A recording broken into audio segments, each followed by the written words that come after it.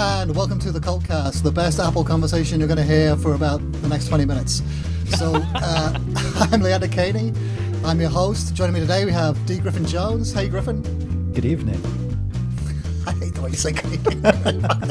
You know, it's. I feel like it's become part of the bit that you're a little awkward doing the intro and outro, and it's now my role to make you stumble as much as I can. It works. It totally works. It works. Because it's not evening, it's morning. But and it's not even evening where you are either. It's like you don't know when people are going to listen to the show. You know, you get home from a long day of work, toiling away in the fields. You put something on the fire and you wind down with an Apple Tech podcast. You know, right? Maybe I don't know what it's like having a real job. Maybe we should all say good evening. And Lewis, hey Lewis, what's going on? Hey, happy Halloween! Just in case they're listening to it on Halloween. Yeah. I mean, you're also dressed for St. Patrick's Day. I'm trying to get my cat to. We have a special guest, Theo. Yeah, Theo is. Theo the cat. Oh, look, it doesn't work. Look, Theo. Oh, look how happy he is. He's a born internet star. Yeah, our water's off here in San Francisco. That's pretty exciting, at least on my street. And the cat's needy. So it's a great Thursday so far. That's a handsome cat, Lewis. It's a very good-looking cat. Thanks. He's definitely the most interesting cat we've had. Well, that's not really true, but he's. What was the name of your last one? It had Cowboy. That's several cats ago. Oh. We've had Festus. We've had Beezer. Festus, that's right. Fetus. Those all sound like very interesting cats. What do you mean Theo's the most interesting one? Are they all just snooze fests? No, they've all been great cats. And there was Tribble. She was cute. Ooh, good name. We lost a lot of cats in the pandemic, but I don't think it had anything to do with COVID. Can I even say COVID now, or that get us banned on YouTube? I think we're fine to say it. Yeah. Mentioning the word. You've gone through a lot of cats. What are you doing with them over there? I mean, we've had 2 cats. Well, I mean, they live for a long time, and then they cease to live. We're down to 1 now, Theo, and he is absolutely crazy. Bonkers cat. Never seen a cat run around and play like this cat does. Like, so we've had all these cats, and they're, everyone, you get a toy for them not once in an hour, and then never touch it, never play with it at all. This cat plays with all of it. He will like assemble an array of toys and play with them all at once. I've never seen anything like it. He this one, and it's all like leftover stuff. We hardly bought anything for him, and like there's this one. It's literally just a stick with a string on the end of it. He drags it around the house, brings it up onto the bed, so we'll play with him with it. It's. I mean, we need to get another cat. So yes, need raise another cat with his personality. Yeah, whew, man. Get another 16 years out of it. He's nuts. So if my audio cuts out in the middle, it's either San Francisco's power grid went down, or they cut the fiber while digging up the water main, or Theo took me out. I mean, he at some point he's going to be messing with the laptop, I'm sure. It really makes me want to go pet my cat now. I'll be right back. Hold on. It's okay. It's a pretty slow news week, right? So. Yeah, right, exactly. Yeah, I know. We've got a lot to talk about, so let's get on with it. Let's start with thanking our sponsors this week, CleanMyMac from Mac Pro. Now, I used this very software not 10 minutes ago to make space to record this podcast on my Mac. And this is by far the easiest way to get to clean space on your Mac. This thing, you run this assistant, it scans your hard drive looking for all this stuff you don't need, mostly caches, system junk, development files, and it managed to clear like 16 gigabytes. Which is just enough room for me to record the video for this podcast. So it's like literally 2 buttons, click, click. This is authorized. It's made by Mac Pro, which is a really great software company based in Ukraine. And it's notarized by Apple. It also has a cloud keynote feature. Now, this is the next thing I'm going to use. As soon as I get off the podcast, I'm going to fire this up and do this myself because I've got, my iCloud syncs with your hard drive, and CleanMyMac will go in there and it'll either clean up your iCloud drive, it'll clean up your hard drive. You can choose if you want to keep it in the cloud or keep it on your drive. And if you accidentally delete something, it'll restore it. It sounds like a great way to clean up, your iCloud backups, which for me is a huge problem. There's a lot of stuff in there. this is really good software. It's great, great, great. And if you can get, you can try it for 7 days for free, which I highly recommend. And if you want 20% off, use the code CultCast.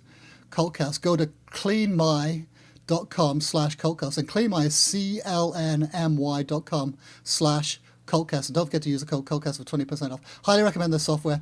Absolutely great. Super easy to use. Very, very trustworthy.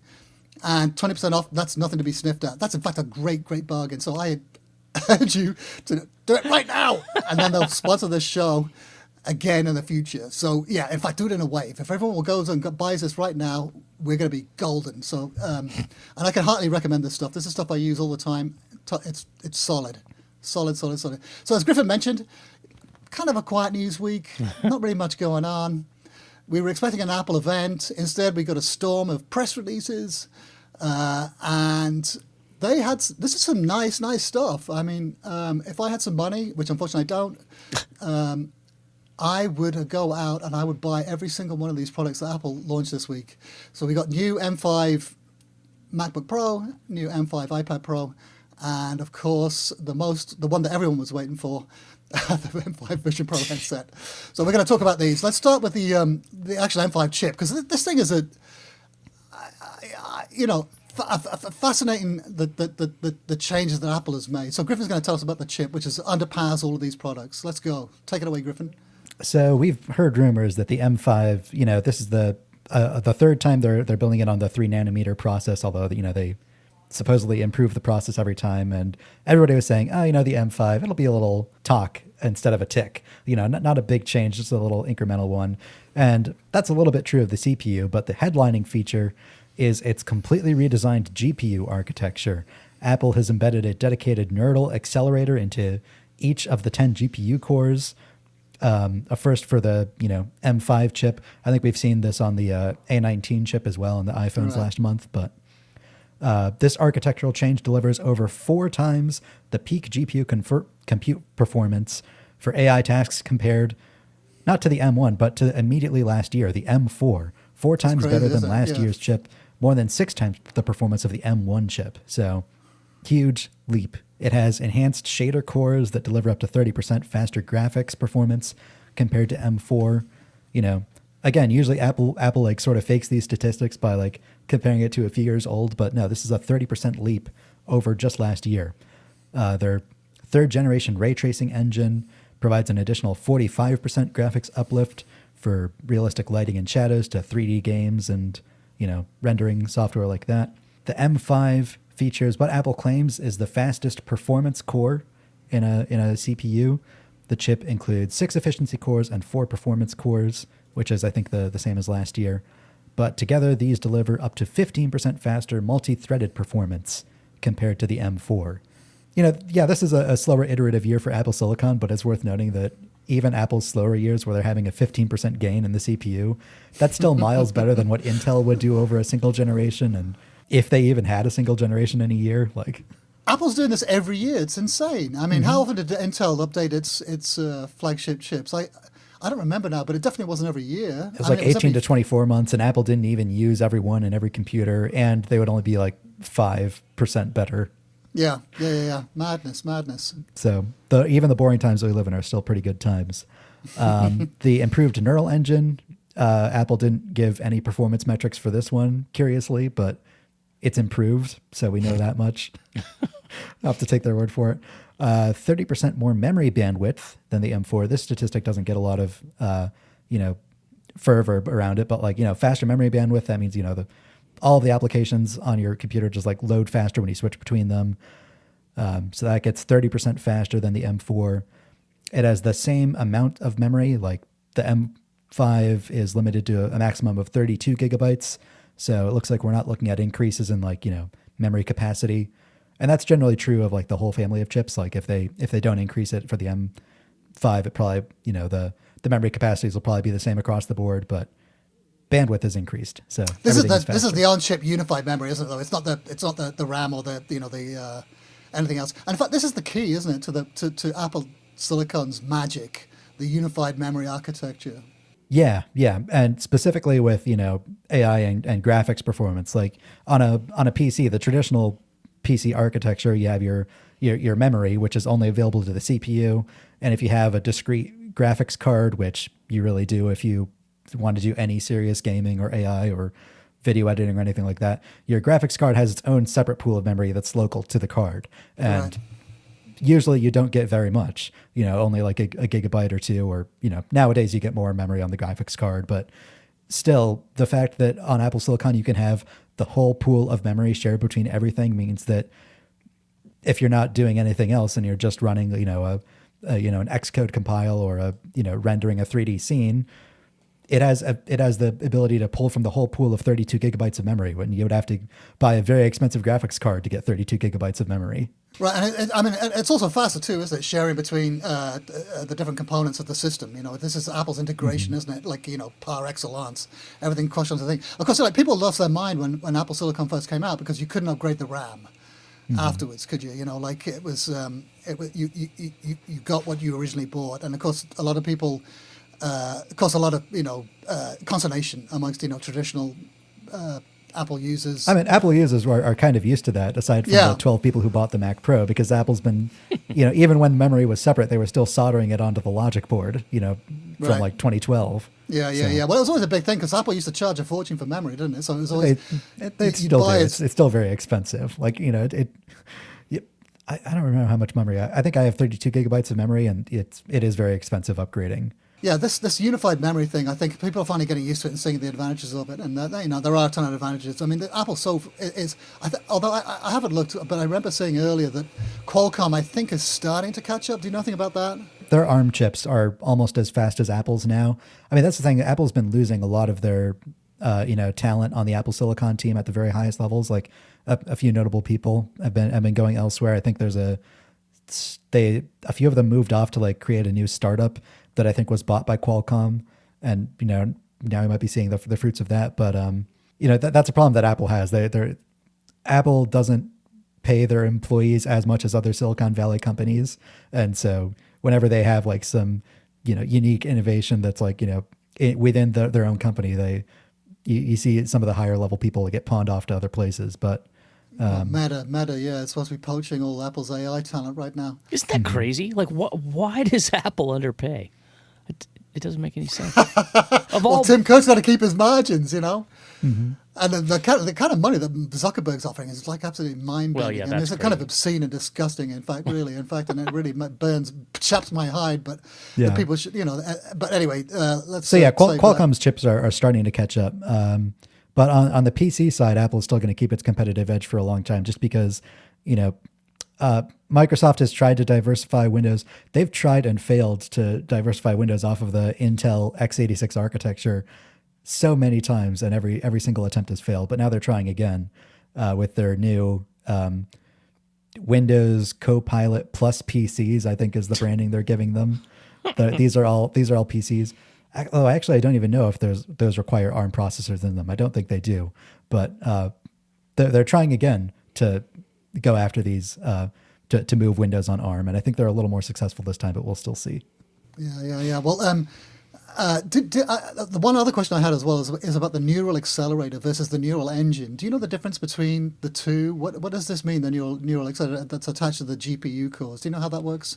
Neural accelerators is basically just a fancy, and GPUs aren't very different at all, because all of it's just a bunch of matrix math, like the same matrices that you use to calculate graphics on a graphics card is virtually the same as like the matrices that you use to calculate AI tasks and machine learning tasks. It's all the same math. So the same structures that make these neural accelerators and the neural engine itself, there are some differences, but high level explanation, they're very similar. So it's basically moving a tiny neural engine inside the GPU itself.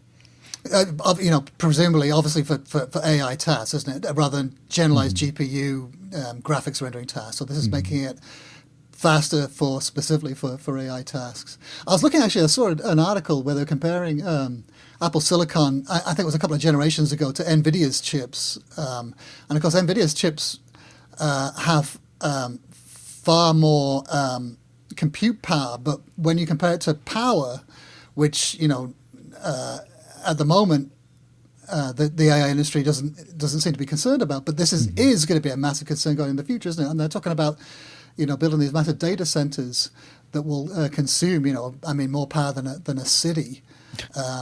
And Apple's silicon is looking really competitive, even for data centers. And we haven't heard very much about Apple building its own data centers with its own silicon, have we? There were some rumors, I think, last year, but I don't think that I haven't heard any news recently.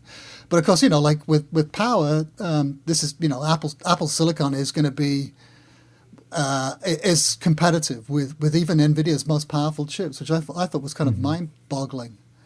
I mean, that's been the story of Apple Silicon. Like, yeah, you can still buy an Intel-powered PC with more raw performance, but Apple always focuses on performance per watt, which is why they're able to make laptops with like 16-hour, 24-hour battery life. Yeah. And I think the broader AI bubble, maybe it doesn't burst, but slowly brings itself back down to reality, I'll say. We're not going to see as many $10 billion investments in data centers because that won't be as profitable. Apple is focusing on, running AI locally on device, and performance per watt is incredibly important for that. And these things,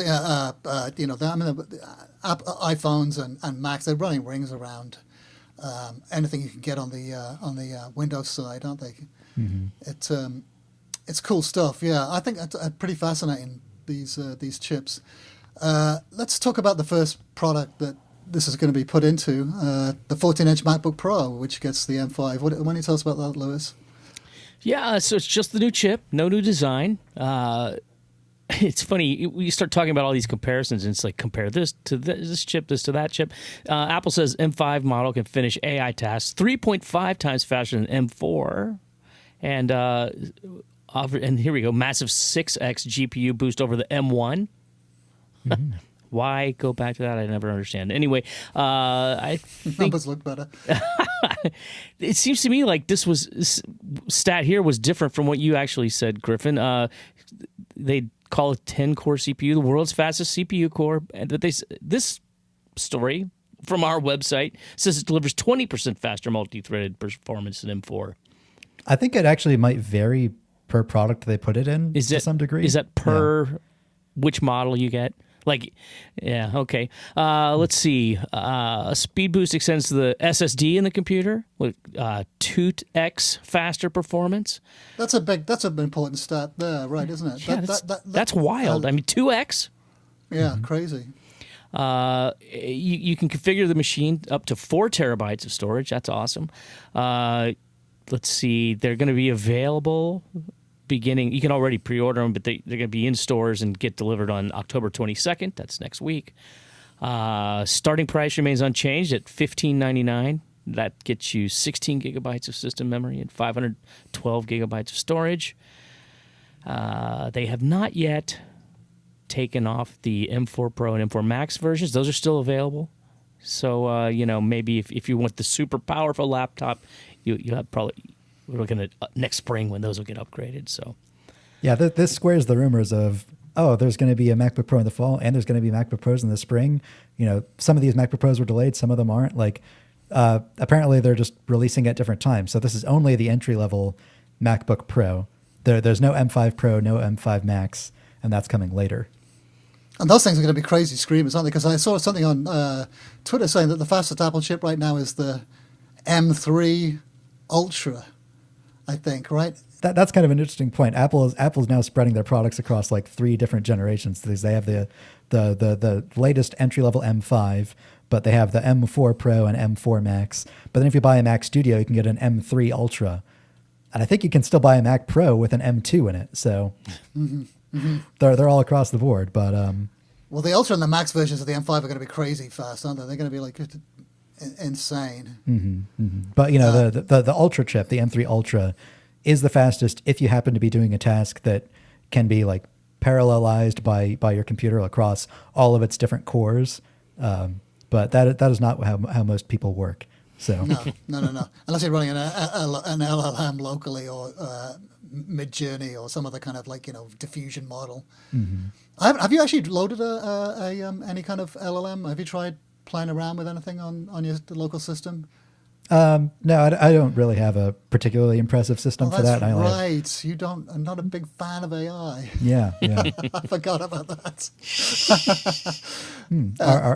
The people who leave reviews on iTunes have not. Right. Yeah. Maybe we'll talk about that later on when we talk about the we get to the reader question. So Apple. Yeah. So the other product. Let's move on to the iPad Pro. So the iPad Pro gets the M5 processor, and just like the MacBook, it's basically the same. It's the primary change is the M5 chip. What didn't happen is kind of interesting. No second camera on the front. Widely rumored that it was going to get that, didn't. In fact, but within the Russian leaks, one of the Russian leaks, remember that the Russian leakers who unboxed the thing.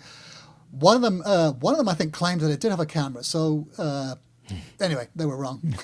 Let's move on for that. But the other guy said, yeah, there's no second camera, right? And everybody's like, oh, well, how can that be? It's supposed to be happening. Mm-hmm. Turns out he was right. Nah. Niet camera. The good news is that the cases for the iPad Pro, they're still compatible with the M5 version, and the Apple Magic Keyboard is still compatible with this version too. So, all nice and backwards compatible. So it gets the same 15% improvement in multi-threaded performance over the M4. Third generation ray tracing engine offers 1.5 times faster 3D rendering and ray tracing than the previous iPad Pro. Again, artificial intelligence performance is up to 3.5 times faster than the M4. And this is unusual for Apple anyway. They now you know how much RAM is included in the newest tablets, and this is actually in the store too, isn't it? So when you go to buy it, when you try to configure it, it'll tell you how much RAM. Apple never used to do this. Where are we? So yeah, 12 gigabytes of unified memory.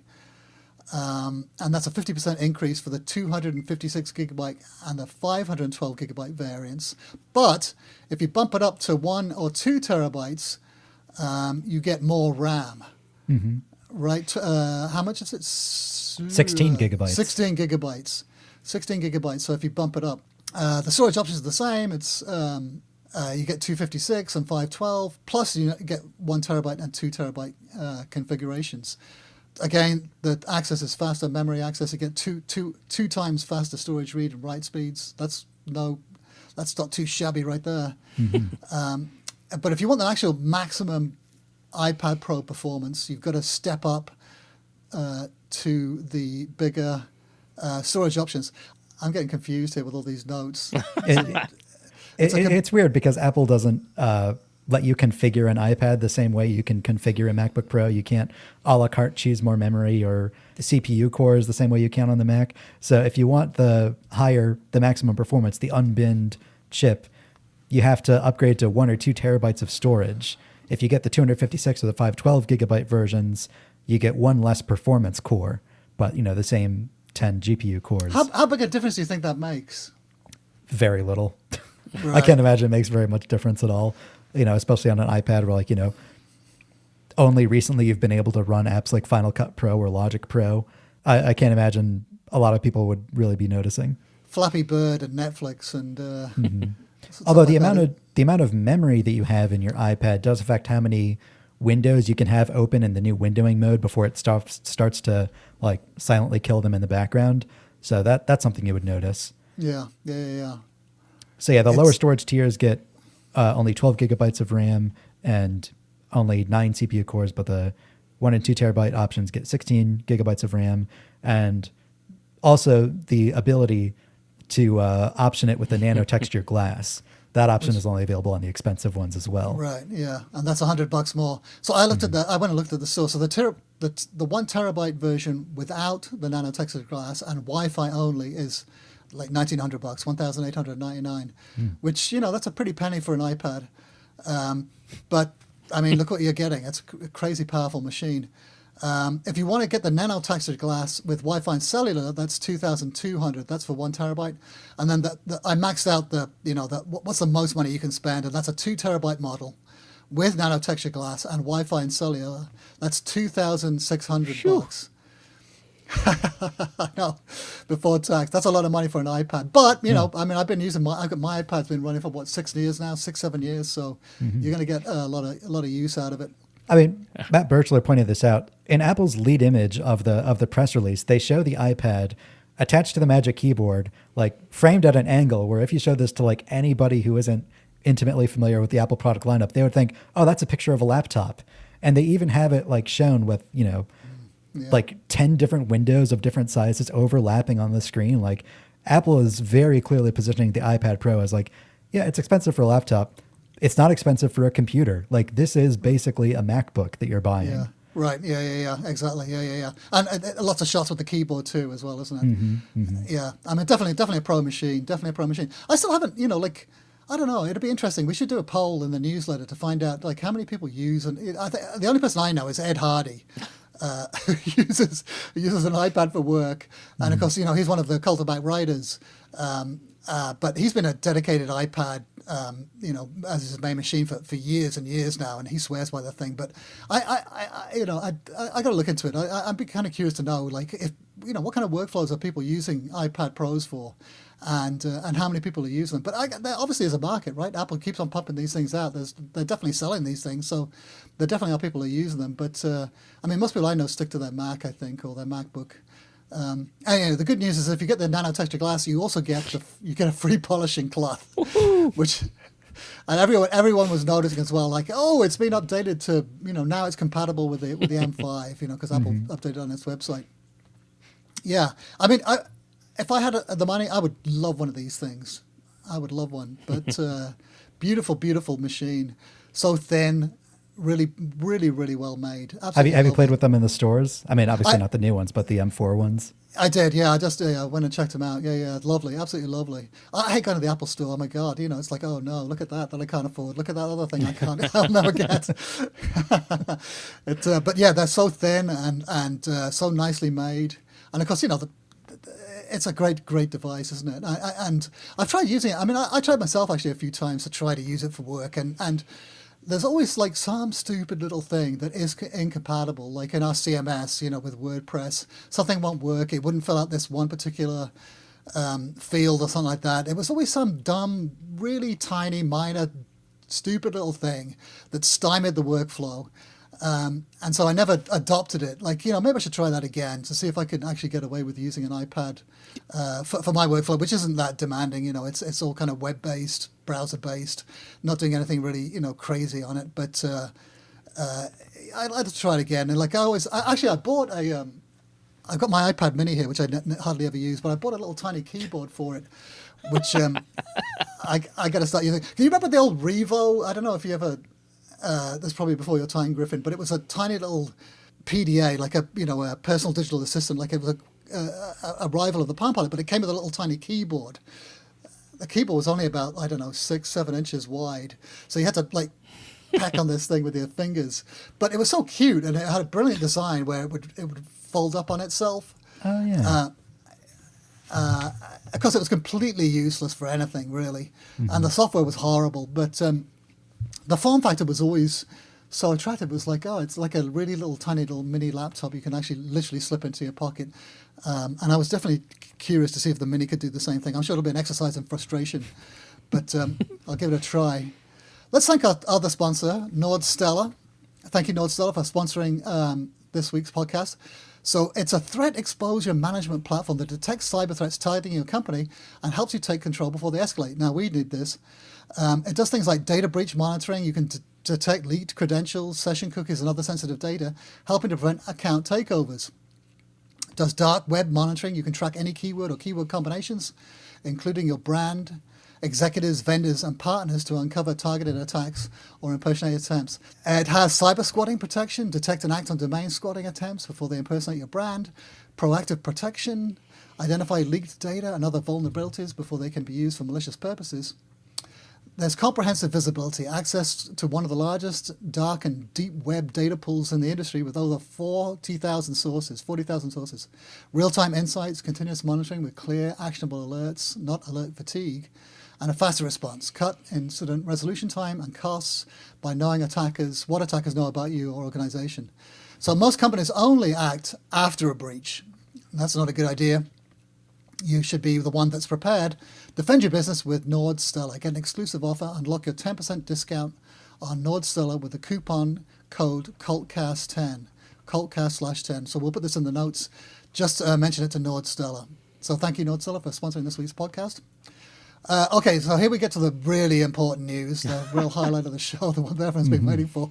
This is where Griffin's going to tell us about the M5 Vision Pro. Sure. So it has the new M5 chip. I was curious if they were going to revise the R1 chip, the chip that handles all the camera inputs and all that. But no, it's the same R1 chip as before, just the new M5 chip. So this is interesting. People are wondering, like, what is the Vision Pro going to do with the extra power? Is they just, only updating it to update it so they don't have to keep making M2s? But here we go. With the extra power, the displays render 10% more pixels on the micro OLED displays compared to the previous generation, resulting in a sharper image and crisper text and more detailed visuals. It also has a boosted frame rate, so it now goes up to 120 hertz. So that reduces the amount of motion blur that it has to do when, users look at their physical surroundings.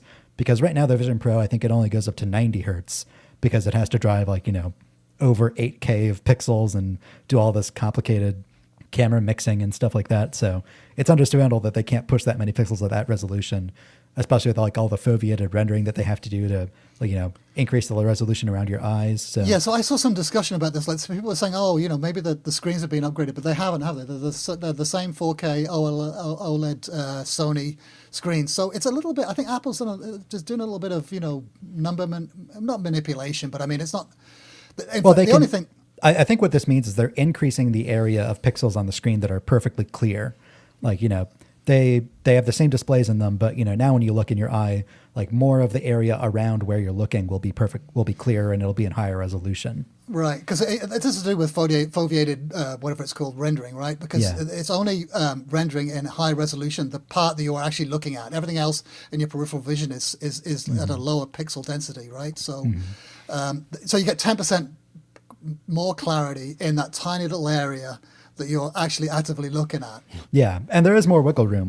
You can, if you tilt your head in a certain way and you're looking at a line that's only supposed to be drawn a couple pixels high, you can see where the pixels begin and end, because it'll step down on a slightly jagged edge. Or you look at text, and in Safari you can't make text as small as it would be if you were just reading it on a computer or on your phone, because the Vision Pro does have a lot of wiggle room to be clearer. It's not a perfectly clear display. So I'll be really curious to see how big of a difference this makes. Yeah. Well, we're going to get one and we're going to test it out. So we're doing a review, right, Griffin? Yes. Yeah. The new model promises, quote, an even smoother experience when using Mac Virtual Display, thanks to the resolution and frame rate increases. Probably because it's driven at 120 hertz now. So if you have a Mac display with Pro Motion, like a MacBook Pro, it'll probably be going at the full 120, which is an improvement. I don't know. They don't really specify what that means, but that's what I assume it means. So we'll see. The battery life has increased. The old model claimed 2 hours of battery life. The new one, thanks to the M5, has 2.5 hours of mixed usage and 3 hours of video playback. And people are actually comparing these. If you buy a replacement battery on apple.com, the battery itself hasn't changed.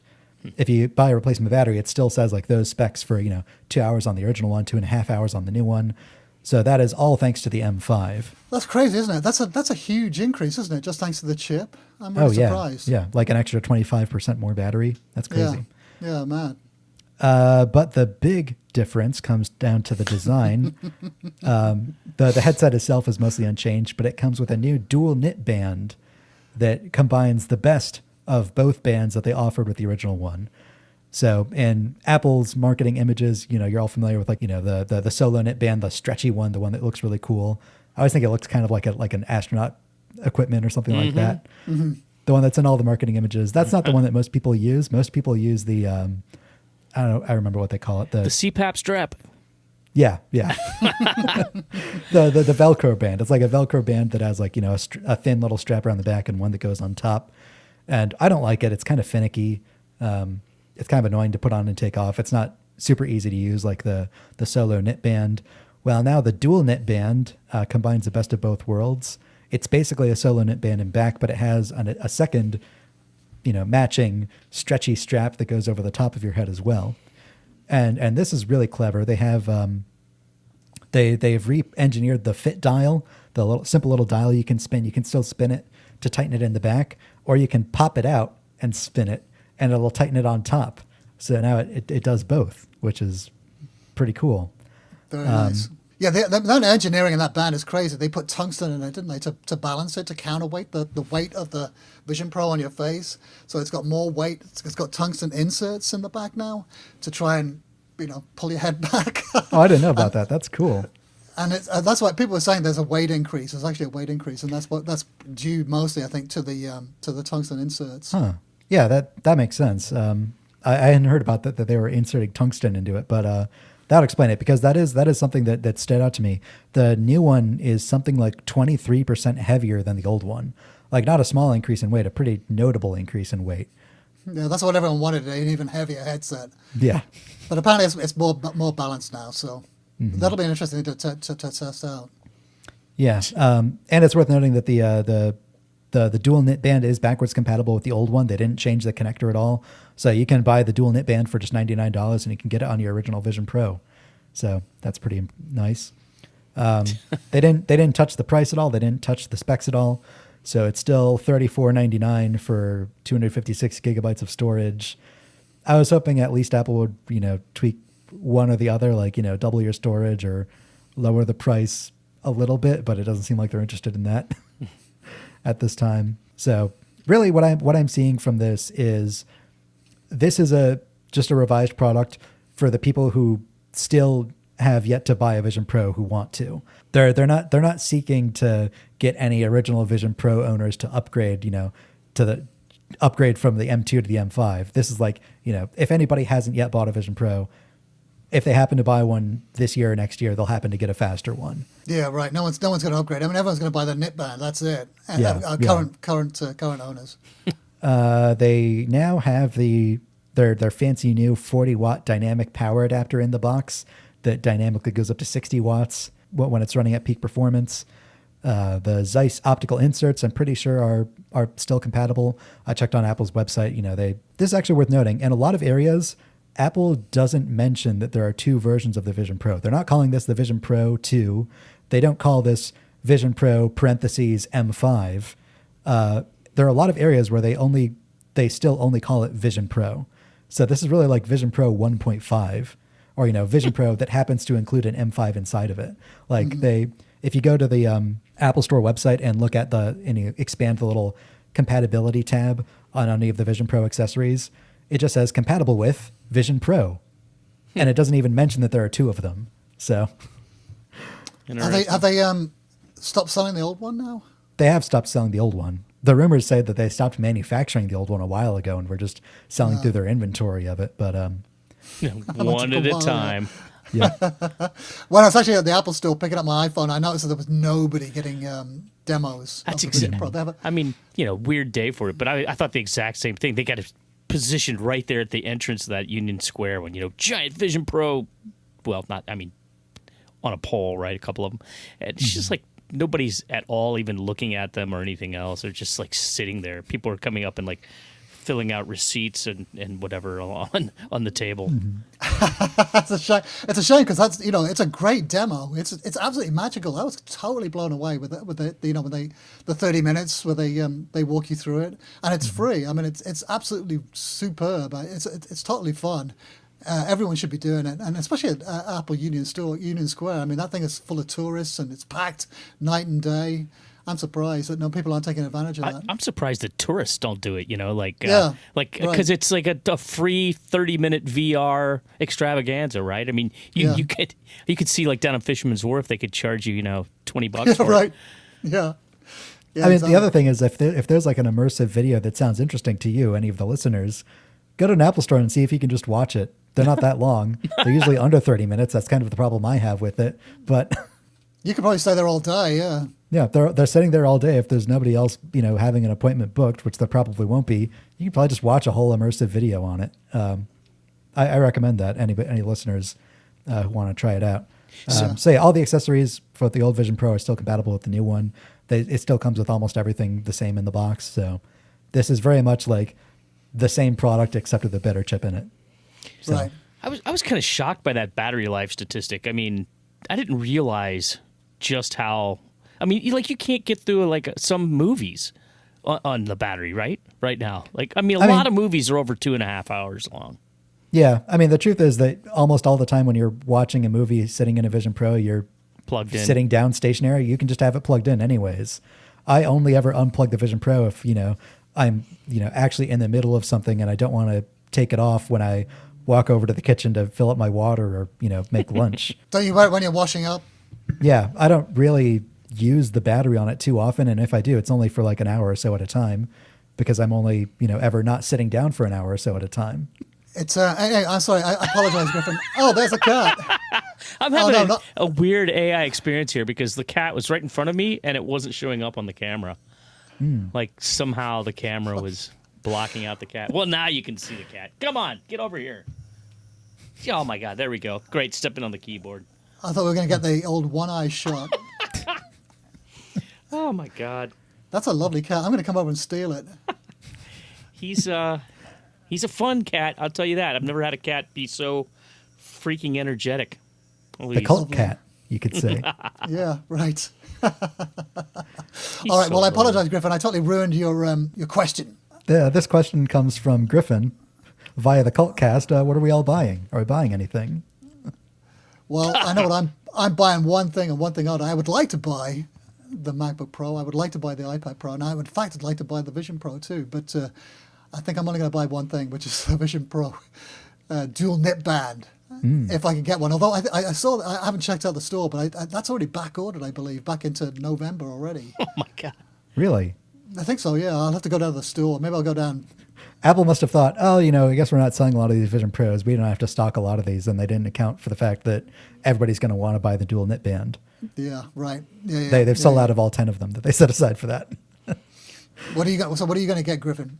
I'll be buying the new M5 Vision Pro for the purposes of a review. I'm really curious to try that out, see if I can notice a difference in the optical quality, test it out. I'm curious. I'm not sure I'll be keeping it, but yeah, I'm going to try that out. Looking forward to it.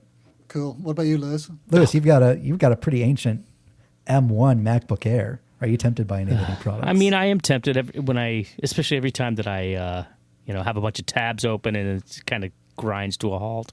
Chrome tabs, by the way, not Safari tabs. Safari tabs, no problem. Chrome tabs, cripple the thing. Yeah, I mean, no, I'm not gonna go buy a MacBook Pro right now. This thing is still just fine. For what I do, almost everything is just fine. Is there anything in particular that you're waiting for, like maybe the M5 MacBook Air, which will be a little cheaper, or? No, and in fact, I've been thinking lately, like if the next laptop, maybe I'll go for a Pro because I wouldn't mind having a little bit more I/O stuff, especially with all this podcast crap going on. It's like, I mean, I'm actually starting to use some of the, well, I'm actually starting to see a use for some more advanced hardware, but not an iPad though. You're tempted by an iPad and an crikey. iPad Pro, or rather MacBook Pro? I mean, no, yeah, MacBook Pro, iPad. I almost bought one of the entry-level iPads the other day when it was on sale during Prime days, just because I would like to have a good functional iPad that I could take when I'm traveling or whatever. But daily use, I just don't use the iPad. I use the Mac all day, and the iPhone. Those two things. I don't really feel a need for an iPad. It doesn't fit into my workflow at all. I've never tried using one with a mouse, which might make it a lot more useful but I don't know, man. It seems like there's always something that it requires a Mac. It's way easier on a Mac. And trying to do pro work on an iPad without a mouse, I can't even. It's so I have such a hard time just copying the exact bit of text I want out of all the different apps. It drives me utterly mad when I'm trying sometimes to do something without using a keyboard and just use the phone. I don't know why it's so fidgety, but I mean, and it seems like now even more more and more apps, it's difficult to copy the exact text you want using touch. It's really uncanny when you have it in the Magic Keyboard because it does just feel so much like a Mac. It types and it has the trackpad of a Mac, but then you don't have a Finder and you don't have a clipboard manager, and it's like what? And you don't have that one app that you use all the time, like Pixelmator Pro or something like that.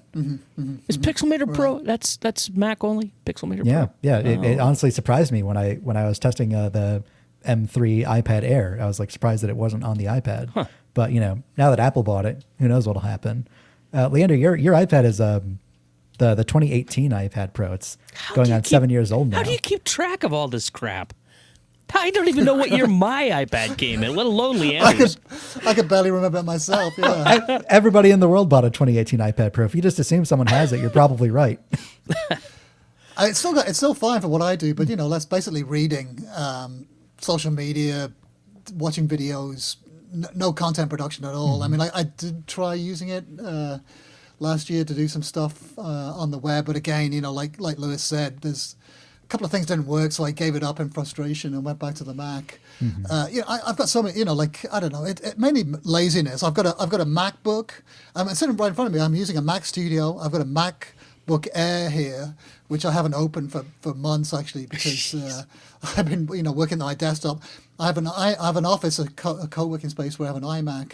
So I'm all in on the Mac really, and I'm not. There's no shortage of machines. So I'm not forced to use it. It's just like the kind of laziness. I got to force myself. Okay, I'm finally gonna force myself to use the iPad Pro for work. And I'm sure with the new iPad OS 26, with the new windowing scheme and with the Magic Keyboard, I'll bet it'll be fine. I bet it'll be okay. And you can always use, I think there was problems with WordPress when it was either Safari or Chrome, it wouldn't fill in certain fields. And that was a constant headache. But I think switching the browser fixed that. So I don't think there'd be any impediments to it. I should definitely go back to it. Why? Why try? You have a Mac that does the job perfectly well. Why try to? I mean, frankly, why even waste the neurons just trying to learn something new? I don't know. just to torture myself, just to make it harder, just to make things more difficult. As if I don't have enough headaches. Just for curiosity, I think mostly for curiosity. Because there was one time when I first got that iPad, when I bought that Pro, because that thing was expensive, and I was like, okay, yeah, I was, how you justify it in your mind, you really just want it. You have this, and then you rationalize it. So my rationalization was, okay, I'm going to use this for work, and even the LiDAR sensor, because I think it was one of the first models with a LiDAR sensor, and I was like, I'm going to use the LiDAR sensor. I'm going to 3D scan everything, whatever. Because I haven't used it. I was going to say, when was the last time you used the LiDAR one single time. I don't think they even put LiDAR sensors on the iPads anymore. I think it's just the iPhone. Really? Oh, okay. Who would know? I did try to map a room, actually. I downloaded some 3D applications. Those things are awful, though. It's free with in-app purchases. So you scan your room, and then it won't save unless you pay $250 or something for the Pro app version. It was some kind of awful ripoff. But yeah, that I was trying to rationalize it. So I was like, okay, I'm gonna use this. Is gonna be my work machine. This is the reason I'm going to use it. And of course, 7 years later, it's by my bed, and I just use it to look at Twitter. They are amazing devices, and it is shocking all the ways people use them. I mean, we did this gig this weekend, and the sound guys walk around the stage with his iPad, like, oh, what do you want in your monitor? Oh, okay, I'll put some, it's like, what a great use case for an iPad, right? Yeah. He doesn't have to sit at the soundboard and move the things. He can just do it all right on the iPad. I mean, this is not new, but it was the first time in a while that I've seen somebody using one, and it was kind of a big stage and just big PA and everything. It was like super obvious when I said, "Oh, I could use some bass in the monitor." He's like, "Oh, boom," and then he starts EQing it right from the thing. It was Wow. seamless. Right there on stage with you guys? Yeah, he's standing right beside me, and asking what I want in my monitor, and just dials it right in. I mean, I don't know that I ever noticed anybody EQing something that quickly and easily, and bringing it up. But it was, again, not a brand new example of this in use, but it is a perfect example of how an iPad can be awesome. All right, definitely. I mean, you hear about realtors, real estate agents, and airline pilots. They have those manuals all loaded up onto a little tiny iPad now. Anybody with any kind of mobile job, because we're planted in front of the computer all day, every day. There's not so much use for us, is it? But anyone with a mobile job, I'm sure it comes in really useful. Yeah. And it's a lot. It's harder, isn't it, than a laptop? I mean, it's hard. It's probably harder to to break. Well, I don't know about that. I mean, you drop it just right, you're going to destroy it. But I mean, it's a one-handed. You can't use a laptop with two hands. You got to have a lap or a desk. Yeah. So I mean, that's Right. why it's awesome for mobile stuff. It's Yeah. All right. Well, the other news this week was, was this new Steve Jobs coin. They're gonna make this should have been the headline of this week. Actually, you're right. Yeah, this is the headline. We're gonna, but I don't know if anyone saw this. They're going to be minting a Steve Jobs coin. Why don't you tell us about it, Lewis? It's okay. So it's a $1 coin coming from the U.S. Mint. It's part of the American Innovation $1 coin program, and each year they come up with like 4 different people or innovations that they are going to honor, and like I was saying, it could be a person that did something, or it could be a particular product. Like so, this next year, 2026, they've got 4 coming out. One of them is Steve Jobs. One of them is the Cray 1 supercomputer. One of them is Norman Borlaug, an agronomist from Iowa, and the other is mobile refrigeration. And in each one of these has, comes from a certain state. The Steve Jobs one is from California. It was, I guess, Gavin Newsom nominated Steve Jobs for the position on this thing. And it's a great honor to be turned into a coin, I suppose. I was not, though. I don't think Steve Jobs would have been all that excited about the actual design of the coin. If you sit and stare at it, look at it, I don't know if you could possibly show people what it looks like, but... Click link in the show notes if you're curious. Oh, my God. So it's what appears to be Ellen DeGeneres wearing a turtleneck. I'm not wrong, right? It looks like Ellen DeGeneres. And it's sitting in sort of a Steve Jobs, cross-legged pose, like, oh, I'm a hippie. There's a famous picture of him, like, photographed in his home, like with an original Macintosh in that pose, and about the same age and something. But they didn't include. Well, there's the several Mac. photographs of him sitting in that lotus position. There's one of him in his empty mansion when he lived the Jackling mansion, where there's no furniture and there's like a mattress on the floor and a Tiffany lamp. I think that, and it's based a little bit on that, and it's a little bit of the Mac one too, and a little bit of some. There's another early Mac one because his hands are in a certain position, which looked like they were taken from another early picture of one of the Macs. But yeah, it doesn't, and of course he's got some unfortunate moves too, which once you see it, you can't unsee it. The hair's not right. The jowls are not right. He looks paunchy. He's sitting on I don't know, is it like a area of grass or a piece of rock or a flying carpet? I can't tell what it is. With lovely California rolling hills in the background. I got to say, Steve Jobs would not approve of this. Well, we should be. It might be the photograph. They've only issued one photograph, and of course, with the lighting, maybe it would look a bit better. Yeah, I'm just saying there would be a story of him like phoning up Gavin Newsom from his Mercedes convertible, angry, like yelling on the phone. I saw this. I looked up the credits. The sculptor, the woman who made it, who sculpted it, has dozens and dozens of credits. She's designed dozens and dozens of coins going back, many years. So she's definitely not a newbie. Yeah, there's like an artist and a sculptor. I mean, granted, making a coin, I'm sure that's not the simplest task. And what do I know about it? I don't know anything about the challenges of producing a coin. I just know that just doesn't look like Steve Jobs. But I do know what Steve Jobs looks like, and it doesn't look like that.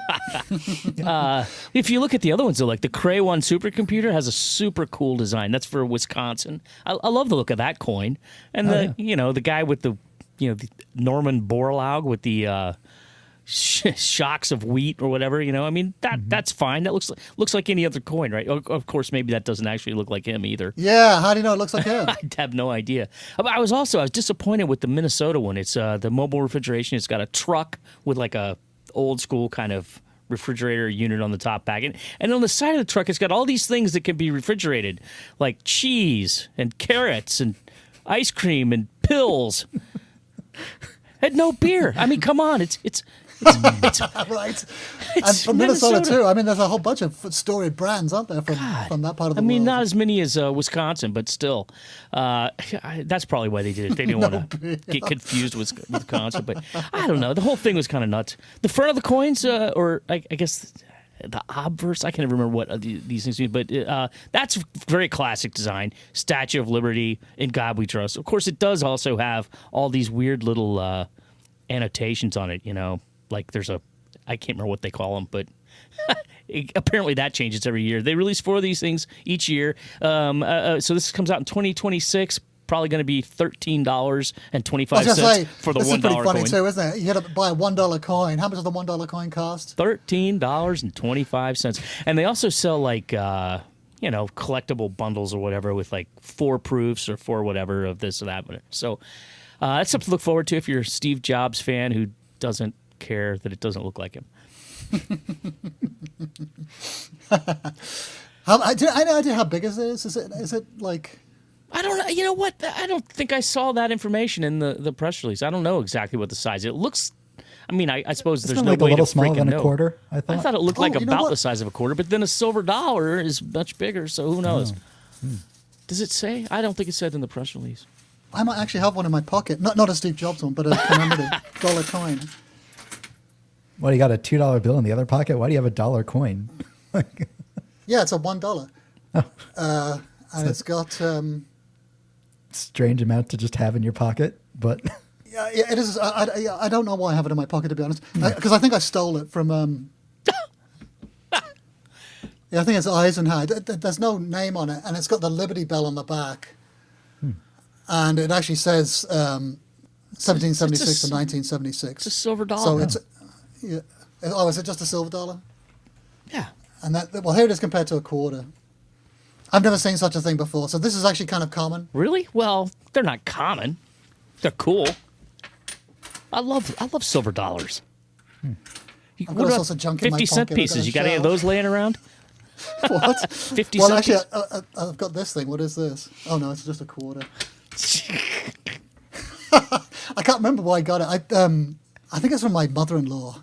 I think she had some coins in a box, and And you she didn't pocketed even them. remember she had them, so I pocketed it.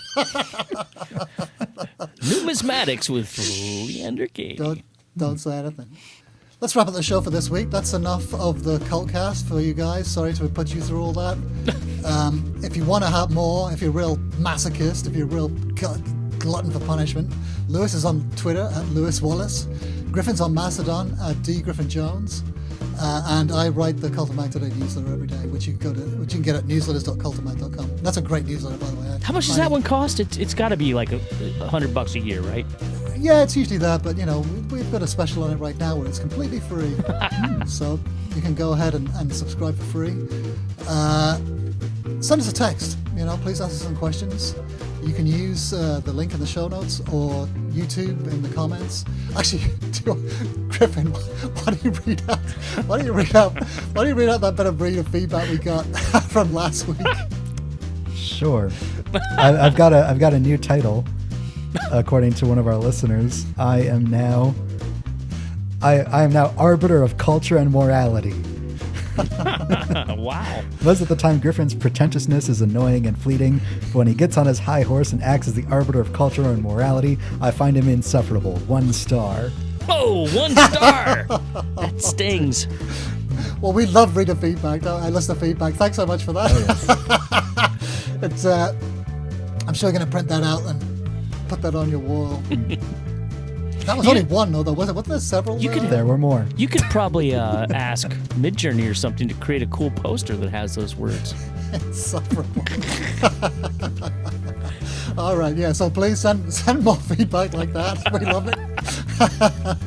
So that's been the CultCast, the best Apple hour-long conversation you're going to hear all week long. Next episodes of the CultCast come out every Thursday night. And I want to thank everyone for listening, for watching, and we'll see you all next time. Have a great weekend, everybody. Goodbye. See you later.